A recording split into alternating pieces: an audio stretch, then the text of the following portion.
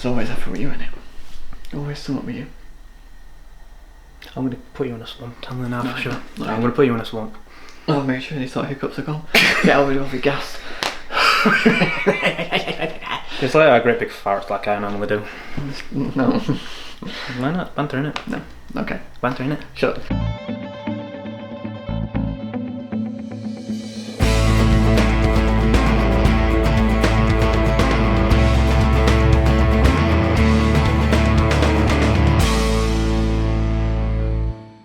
What is up, everybody? I'm hoping you're well and welcome back to another Let's Talk WWE with me and of course Kyle Atwood returning as usual, and this time we are talking about the horror show Extreme Rules. Can we just stick to Extreme Rules for this? I know the name. We'll stick with Extreme Rules and then we'll talk about the horror show element a little bit afterwards, because I do want to say something about it in a bit. Yeah. But we will call it Extreme Rules because it is essentially Extreme Rules. And of course we mentioned in our last video that the Extreme Rules logo, the new very colourful purple and green logo, doesn't match Extreme Rules. And then when I heard they were slapping on the horror show, it really didn't work. But before we get fully into this review, I do want to say just quickly that the actual opening ceremony, where they do the whole introduction of the whole horror elements of it, was actually really good. I did like it. I loved that. And when it was actually doing the horror show in that sort of little bit, was like, that's really cool. I love what we've done there. And then it went into the very colourful Extreme Rules logo, and I was like, and then ruined it. Just kind of like, it wasn't really a horror show. It was just a bunch of matches with one real horror show. Could you imagine like movies like A Nightmare on Elm Street looking at the colourful title, having a colourful title as Extreme Rules? It wouldn't be a horror movie, would it? No, people would take it seriously. Stupid. People would see it as like this goofy film, even though Nightmare on Elm Street can be at times. Oh, it can be very goofy. Yeah. But now we're going off topic. But yeah. Yeah, we're ranting. My movie channel, guys. So let's get into the first segment of this show, which was. It was. Well, you just mentioned that you hate the title. No, we've got that out of the way. But the first match was the SmackDown tag team between The New Day, Cesaro and Shinsuke Nakamura, which, for me, I quite liked it, but for the team of Cesaro and Shinsuke, it's just another random team put together, and they were good. They were good, but they're all very talented in ring, and any show that opens up with The New Day and even two other talented superstars going head to head, like they do with The New Day and the Usos, they always put on a good show. It's always a good way to kick off a pay-per-view.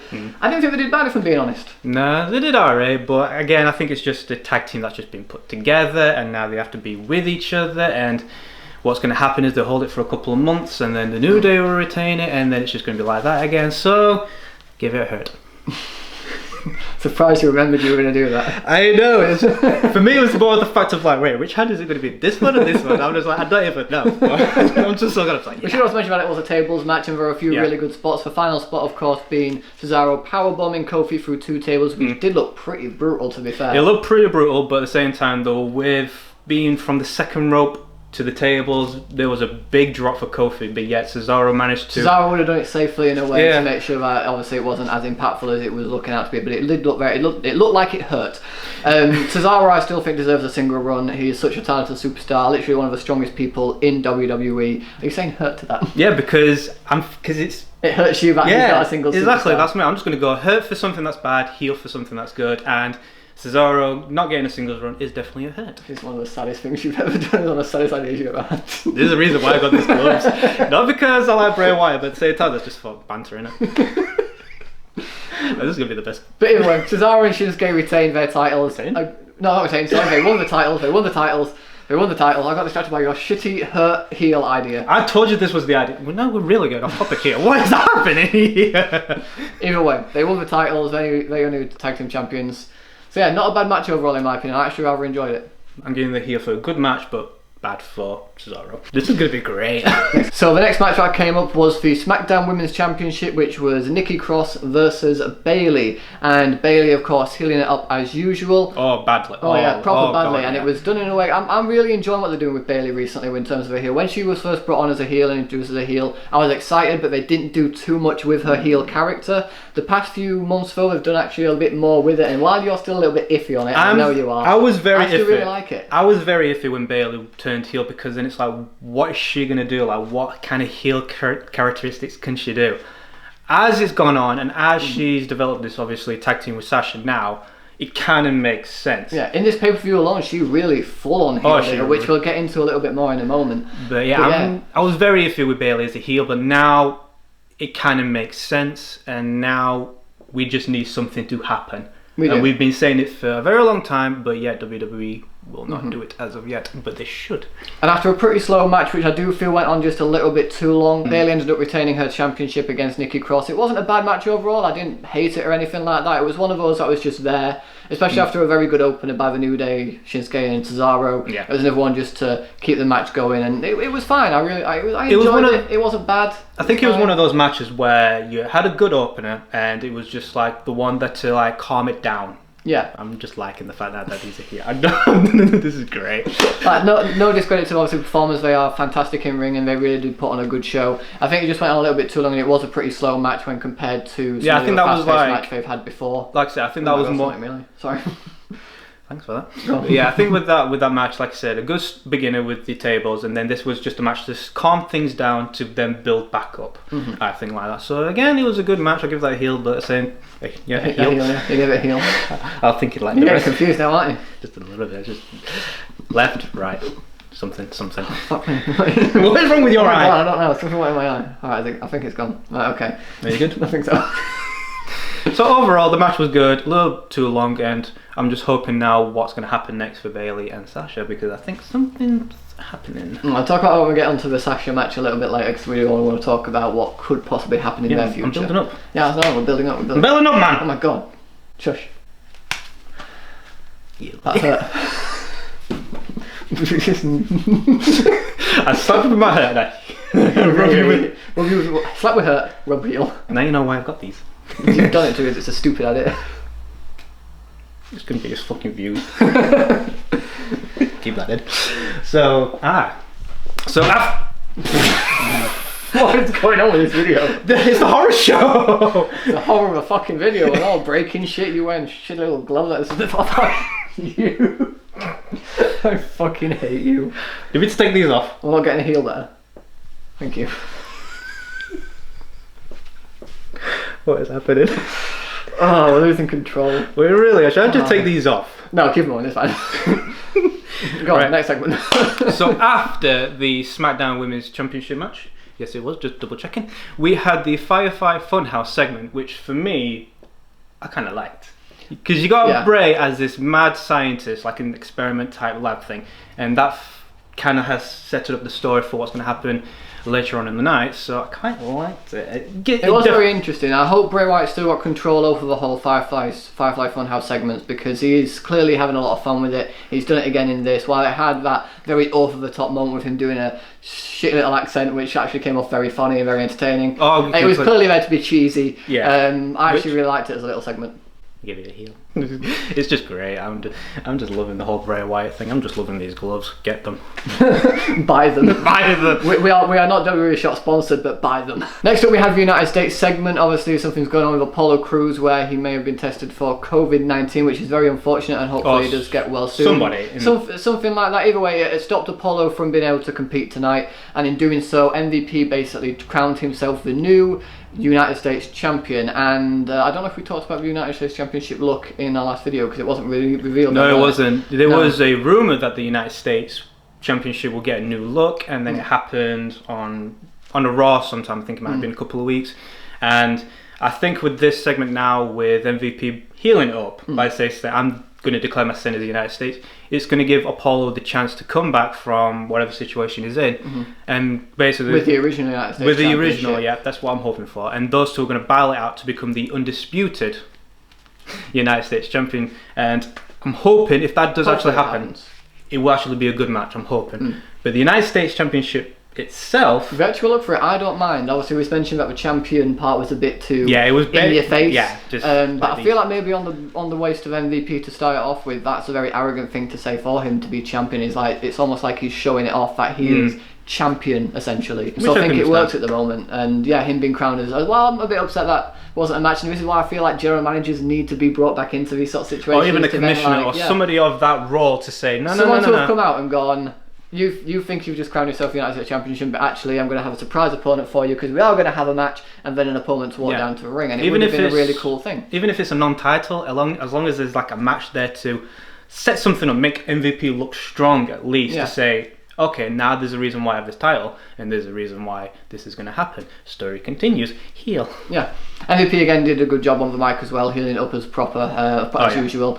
Really good, really like him, and I hope actually when Apollo Crews comes back and they do actually do stuff with the United States Championship, that they do a good job with MVP and Apollo.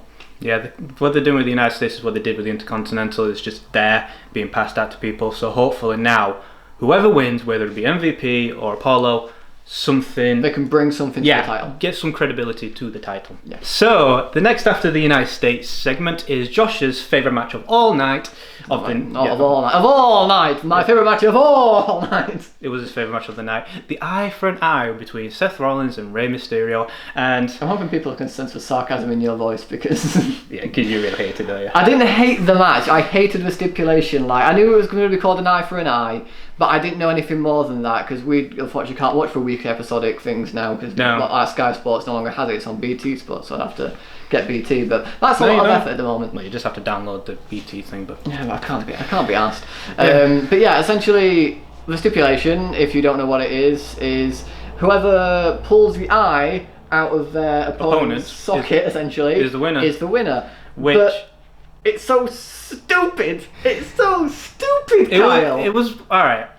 I'll give you a little bit of credit. It is stupid, but at the same time, though, way the feud went, it kind of made sense. But at the same time, though, to say you have to extract an eye from an opponent's eye socket is a little That's the part that I hated. Like, the actual feud itself is fine. But I think that's what they're trying to include into the horror show, to say there's an eye for an eye. Eye for an eye, yay.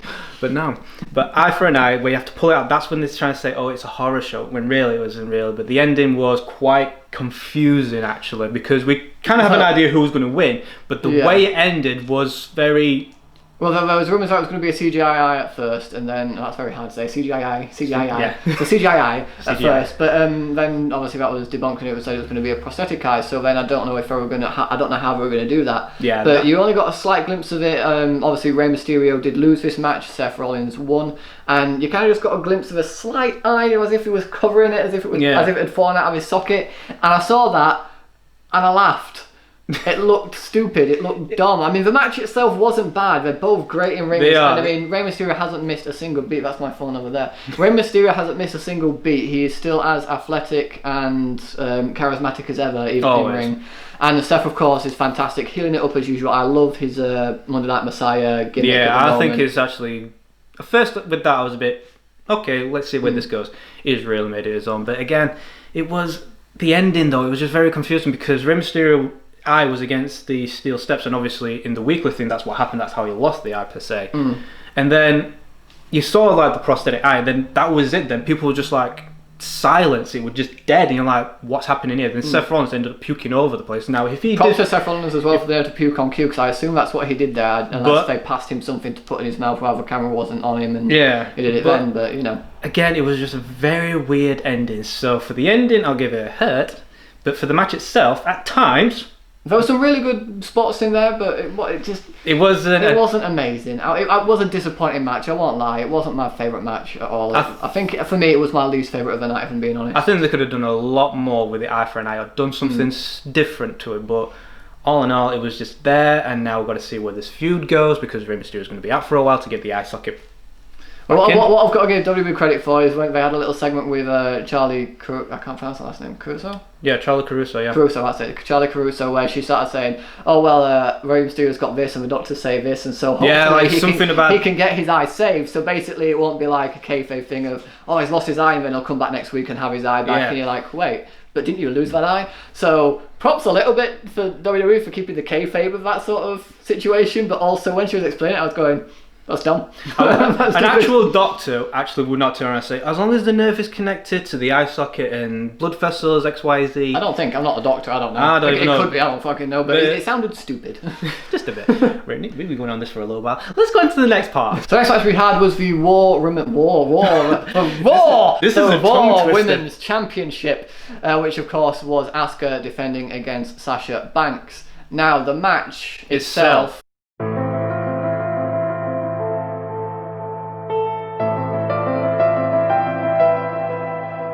was really good. Really good. A lot of good spots. While one thing that we both mentioned was obviously Asuka was very dominant in their first when she was undefeated run and stuff for that, like that. 2.5 years she was undefeated. She was very dominant. She know how to use the mind games against the opponent. But as soon as she lost, she started becoming a lot weaker when it became to matches. Like, I understand that obviously her undefeated streak's over, but you don't need to just completely ruin her character by not having her remain dominant in other matches. And in this match, she didn't have much dominance to her. Like, there were moments where she got the upper hand and stuff like that, as it always is in matches, but it always goes back and forth. But it just feels weird every now and then just seeing Asuka, who was always portrayed as this dominant force, be manhandled the way she was at the start of this match. Yeah, she got very manhandled by Sasha, but then there were times where Asuka got back into the game and then did back and forth, and then at the end, it was a very confusing ending to that match. The ending felt very messy, but also because it was very heel, I really liked it in a way, because the ending was essentially Asuka had sprayed the green mist into the referee's face, and in doing so that allowed Bayley to come behind Asuka, knock her out. Then she pulled the official's t-shirt off, put it on herself, and to be fair, Sasha pins. To be fair though, she didn't do a quick count. No, she didn't do I will give her that. Despite the fact she was a heel, she could have easily gone 1, 2, 3 and 1. Yeah. No, she did a very fair 1, 2, 3. So, to be fair, the count was fair. Yeah, it was, but at the same time though, after that happened and Bayley was shouting at the bell, I don't know the guy, but obviously the bell ringer. The bell ringer, there you go. And even then she was like shouting, saying, ring the freaking bell, and he's just going, I can't, because it's not an actual official. So again, healing it up, but at the same time though, it was just very confusing, because it's like, is Sasha a champion? Is she not? It's something that we'll have to find out in the future. I'm very interested to see where the feud goes in the future from now, especially after that moment. But overall, the match was actually really good. Other than the slightly messy but also slightly good end, it wasn't bad at all. I really enjoyed it. There you go. Give it a heel. Just to say it's a good match, but the hurts for a messy. I feel like it should be a little bit of a hurt heel. It would have been like good match, very good match, ending like that. Yeah, kind of like thing. Stick it at that. I'm loving this, mate. I'm loving it. Fucking idiot. Fuck off. Ooh. So after the wait, what was that? Because it's ooh. Yes. Okay, that's not good. So after the Raw Women's Championship match, we had the WWE Championship match with Drew McIntyre and Dolph Ziggler, and we did not know the stipulation for this match because no one knew the stipulation until only Dolph came out. And then when it got to the competitors getting introduced, that's when Dolph took over and said, "Right, I've got the stipulation. It's this: an Extreme Rules match only to Dolph.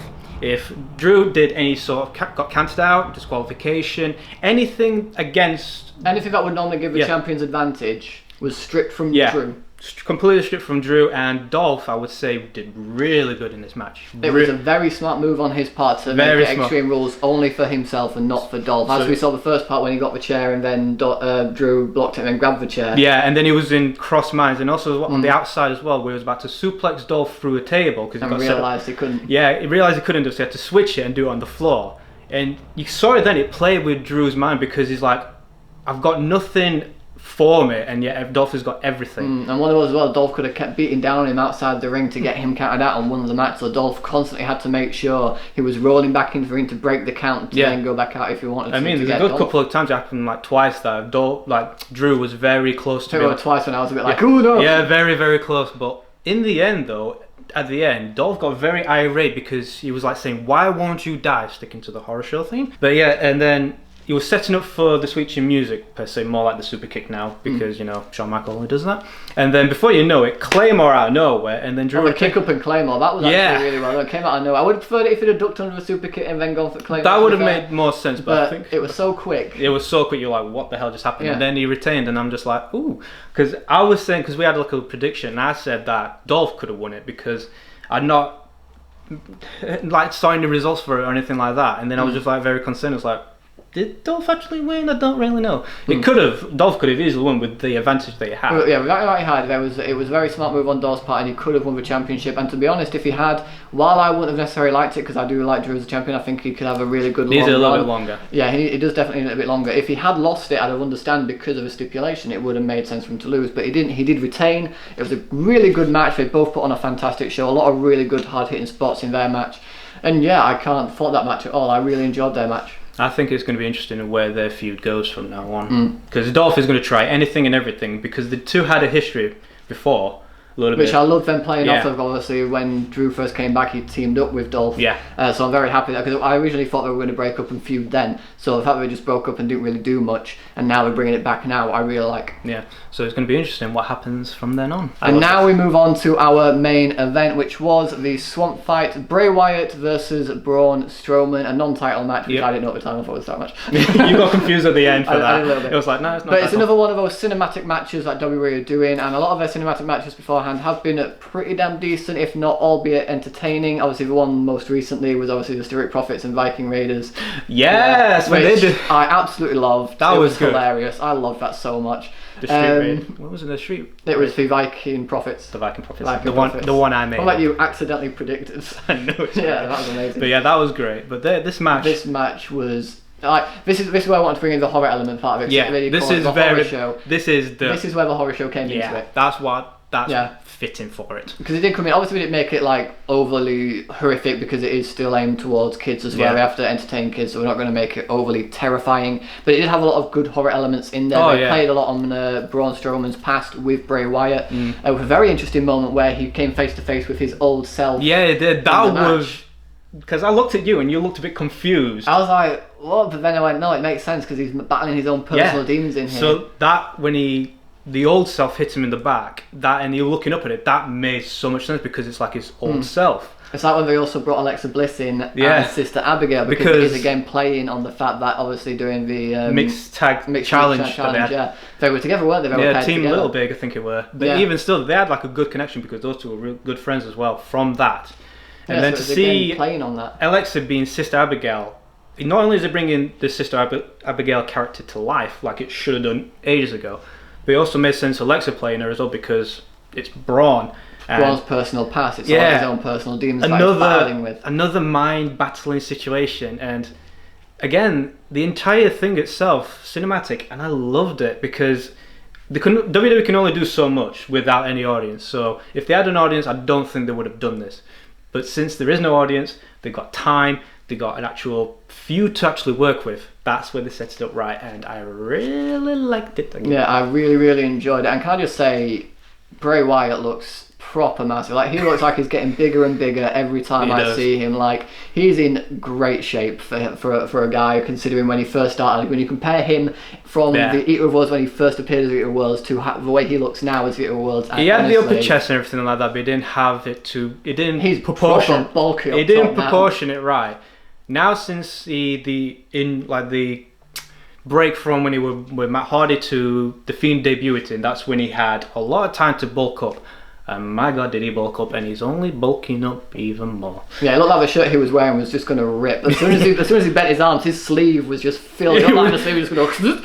Exactly, but the ending as well, we got very concerned about the ending, very concerned. The ending went a little all over the place because there were times where it looked like Bray had won and then Braun had won, and then back and forth, the little title thing, you know, the usual Extreme Rules end credit thing at the very end in the corner, that popped up as Braun was looking in the water, and I was like, no, you can't end like that. I'd have actually hated it if it ended like that. Yeah, and Braun said as well, thinking, now it's over. And then we're thinking, nah, it can't happen like that. And then... Because then it started to fade to black, and then obviously Bray popped up, mandible clawed him, pulled him into the water. Then it went quiet for a bit, and I thought, is it going to just fade to black? Is it going to be left ambiguous as to who won? Yeah. But then the Fiend arose, clearly showing that hopefully the Fiend won. I don't really know what these types of matches. He did. It's clear as day, like with the Fiend appearing, it's still Bray Wyatt, because, you know, Michael Cole has to put the two together. So... being Braun getting dragged down into the swamp and the Fiend appearing, it shows that the Fiend won. Well, Bray Wyatt. It's just Bray won. And I really liked it because then it's like, right, what's going to happen next is who knows what. I mean, they've got to have another match technically because he won, so technically it would technically make him a number one contender for the championship. Yep. I think that part of the feud If he does, then he needs to win. He does. But I think that part of the feud will conclude at SummerSlam, which is next. Yes. And if there is still this pandemic around, I think WWE, if they're going to do another cinematography, I can't even say the word, but cinematic element to it, take it to that next level.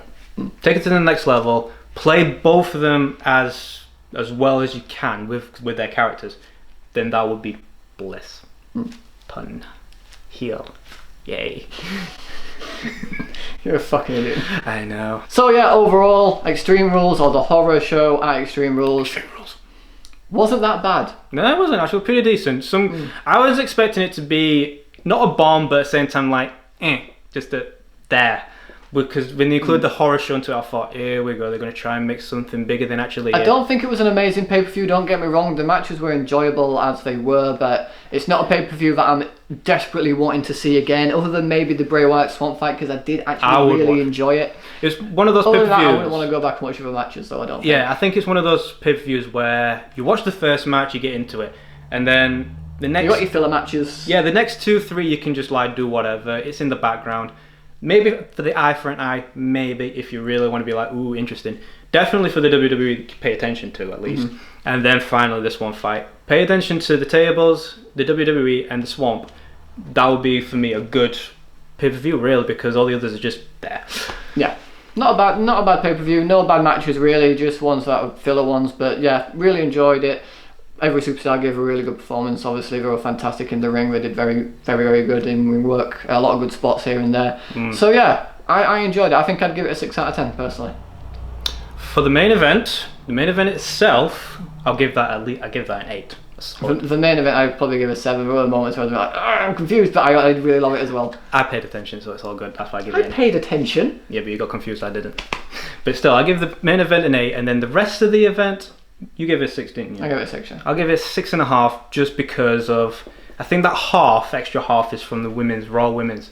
That's why I give it a little bit. Cause it was I think that's why I downed it, because I'm still a little bit iffy on the ending. As much as I like it, the I'm ending. also like, is it messy? I don't know how to feel about that. Yeah, the ending, but at the same time though, if they play it outright, then my 6.5 would be justified. Yeah.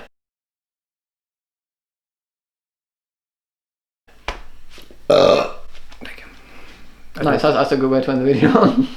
Thanks ever so much for watching, guys. If you like this video, please give it a thumbs up, share it with your friends, and with more videos just like this one, and subscribe to my channel for more. Thanks again, Kyle, for joining me once again. We'll be back once again for SummerSlam, when that is on August 23rd. August 23rd. So we might like to do it on the 24th or the 25th. Well, hopefully we've got time when I'm not working on the Monday. If we can do it on the Monday, that'd be great. Thanks again for watching. I'll see you all in the next video. Hurt, slap, heel.